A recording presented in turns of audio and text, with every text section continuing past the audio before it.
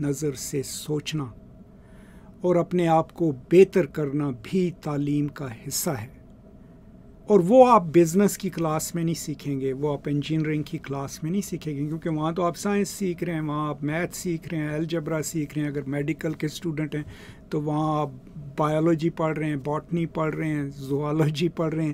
آپ وہاں پہ سائنس اور اس کی میکینکس سیکھ رہے ہیں نا. اور یا ڈاکٹر کیسے بنتا ہے, اس نے کیسے ٹیسٹ کرنے ہیں, یہ سارا کچھ. وہ والے جو مضامین ہیں یا اسپیشلائزیشنز ہیں, وہ ہمارے طلباء کو اچھا انسان بننا یا بہتر طریقے سے سوچنا وہ نہیں سکھا رہے. وہ جو ہے فنون عامہ کا کام ہے. لیکن فنون عامہ اس طریقے سے نہ پڑھائے جائیں جیسے زیادہ تر یونیورسٹیوں میں پڑھائے جا رہے ہیں کہ یہ ٹیکسٹ ہے, یہ سلیبس ہے, اس میں یہ سوال آئیں گے امتحان میں, اس کا رٹا لگا لو, اس کا جواب دے دو. نہیں, اس سے کوئی تبدیلی نہیں آئے گی, کیونکہ ہم میکینسٹیکلی اس کو پڑھا رہے ہیں نا, مشینی طریقے سے. ہاں, اگر اس کو پروفیسر یا استاد جو ہے اس طریقے سے پڑھائے کہ کلاس میں گفتگو ہو, آج ہم نے فیض احمد فیض کی اس نظم کے اوپر بحث کرنی ہے, تو یہ نہ ہو کہ اس کی ٹیکنیکل اسپیکٹس کیا ہیں, تو نظم کیسے نظم بنی, اور یہ وہ بھی اہم ہے, لیکن اس کے ساتھ ساتھ یہ بھی پڑھایا جائے کہ اس نظم کا ہمارے اوپر اثر کیا ہو رہا ہے, یہ کیا کہنے کی کوشش کر رہی ہے. اس میں جو سوچ ہے وہ اگر ہم سوچ کو اپنائیں اور پھر معاشرے کو دیکھیں تو ہم کس طریقے سے دیکھیں گے, تب جو وہ شاعری ہے, وہ نظم ہے, آپ کو اپنے آپ سے باہر لے جا کے آپ کو سوچنے کی صلاحیت دے گی, تاکہ آپ اپنے سے دور ارد گرد کی دنیا, اس میں رہنے والے لوگ جو ہیں ان کے بارے میں تنقیدی نظر سے سوچیں. تب جو ہیں فنون عامہ جو ہیں اپنا اصلی کام کریں گے. اب اس میں میری اپنی زندگی سے جو مثال ہے, میں 8ویں جماعت میں ملٹری کالج جیلم میں گیا, اور خوش قسمتی سے اس وقت جو زیادہ تر ہمارے سینئر اساتذہ تھے وہ سولین اساتذہ تھے. حالانکہ ملٹری کالج جیلم جو ہے وہ فوج کا جو ہے ایک اسکول تھا. تو اب وہاں ہمارے پروفیسر تھے ڈاکٹر سعید راشد, پروفیسر عین الدین علوی اردو پڑھاتے تھے, پروفیسر سعید راشد انگریزی پڑھاتے تھے. اب یہ لوگ علی گڑھ کے پڑھے ہوئے پروفیسر صاحبان تھے, اور میں یہ بات کر رہا ہوں 1978 کی, 1978 کی. مجھے ابھی بھی یاد ہے کہ علوی صاحب کی کلاس میں جب ہم اردو ادب کی بحث کرتے تھے تو وہ بحث صرف یہ نہیں ہوتی تھی کہ یہ جو افسانہ پڑھا ہے اس میں تمثیلیں کتنی اچھی استعمال ہوئی ہیں اور محاورے کتنے اچھے استعمال ہوئے. نہیں, ہم وہ کہانی پڑھ کے اس کے بارے میں سوچتے تھے, اور پھر یہ سوچتے تھے کہ یہ زندگی کے معاشرے کے کس نظام کو پیش کر رہی ہے, اس کے بارے میں ہماری سوچ کیا ہونی چاہیے. سمجھ گئے.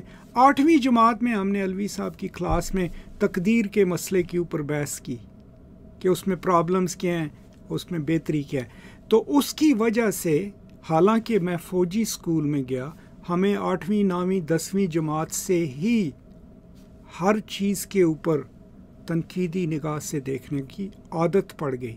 تو جب بھی ہمیں کسی نے کوئی چیز لا کے دی, کوئی کتاب لا کے دی یا کوئی آرڈر لا کے دیا, ہم نے اس کو ایسے منوان قبول نہیں کیا, بلکہ اس کے بارے میں سوچا کہ یہ اچھا آرڈر ہے یا غلط ہے, اس میں ناانصافی تو نہیں ہے. اور اس سے پھر اس سوچ سے آگے آپ جا کے جو مرضی کریں. میں 14 سال فوجی رہا, سمجھ گئے. لیکن وہ جو سوچنے کی عادت تھی, اس سے فائدہ یہ ہوا کہ زیادہ تر ہمیں یہ پتہ چل گیا کہ یہ چیز غلط ہے, یہ چیز صحیح ہے, یہ غلط اس لیے ہے, یہ صحیح اس لیے ہے. اور پھر کہ اگر میں اپنے آپ کو اچھا انسان سمجھتا ہوں تو اچھے انسان کی یہ خصوصیات ہونی چاہیے, اور اگر وہ میری خصوصیات ہیں تو پھر ان کو میں عام زندگی میں جو ہے جب میں دوسرے لوگوں کے ساتھ میرا رابطہ ہو تو میں ان پہ عمل کروں. یہ ساری چیزیں انسانیت اگر تعلیمی نظام میں سکھانی ہے, جیسے میں نے کہا مذہب بھی آپ کو سکھا سکتا ہے, کوئی بھی مذہب, اگر آپ کو وہ پیار, محبت, انصاف, ایک دوسرے کا خیال رکھنا سکھاتا ہے تو وہ بھی ہیومینٹیز کا حصہ ہے.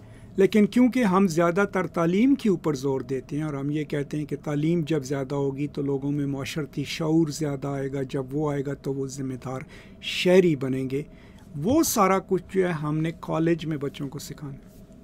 مزہ تو یہ ہو کہ جب پہلی جماعت سے سکھانا شروع کریں تو چلو کالج میں، اور کالج میں اس کو سیکھنے کے لیے، سکھانے کے لیے، اور پھر اس کو زندگی کے اصول بنانے میں طلباء کی مدد کرنے کے لیے پھر فنون عامہ کی تعلیم ضروری ہے۔